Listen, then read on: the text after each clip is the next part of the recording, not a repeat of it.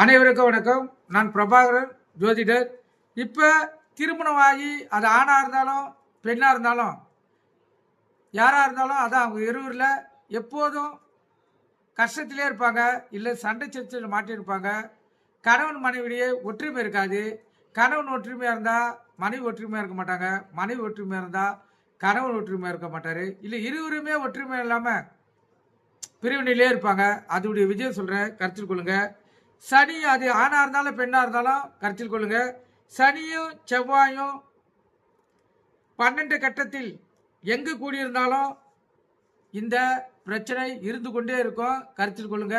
இதுக்கு நிவர்த்தி என்பது மிகவும் கடினம். இந்த வாழ்க்கையில் போராட்ட வாழ்க்கையே குறிக்கும். ஒரு பெண் ஜாதகத்தில் இந்த அமைப்பு இருந்தால் அந்த பெண்மணி கணவர் ஒழுங்காக வேலைக்கு போக மாட்டார், அதே போல் வருமானமும் எதுவும் தரமாட்டார். இந்த அம்மா வாழ்க்கையில் மிகவும் போராட்டங்களை சந்திக்க வேண்டிய சூழ்நிலை ஏற்படும். கருத்தில் கொள்ளுங்க. அதே போல் ஆண் ஜாதகத்தில் இந்த அமைப்பு இருந்தால் மனைவியை பிரிஞ்சிடுவார். மனைவிக்கும் இவர் கூட ஒன்றாக வாழ்ந்திருந்தாலும் அவங்களுக்குள்ள பேச்சுவார்த்தைகள் இருக்காது. ஆனால் வெளியில் பார்ப்பதற்கு இருவரும் ஒற்றுமையாக இருக்கிற போல் தான் தோற்றத்தை கொடுப்பாங்க. இந்த சனியும் செவ்வாயும் இணைந்திருந்தால் கண்டிப்பாக 100% அந்த ஜாதகர்கள் ஆணாக இருந்தாலும் பெண்ணாக இருந்தாலும் தீவிர பலனை அனுபவிச்சே தீருவாங்க. இதை கருத்தில் கொண்டு பயன்பெறுக.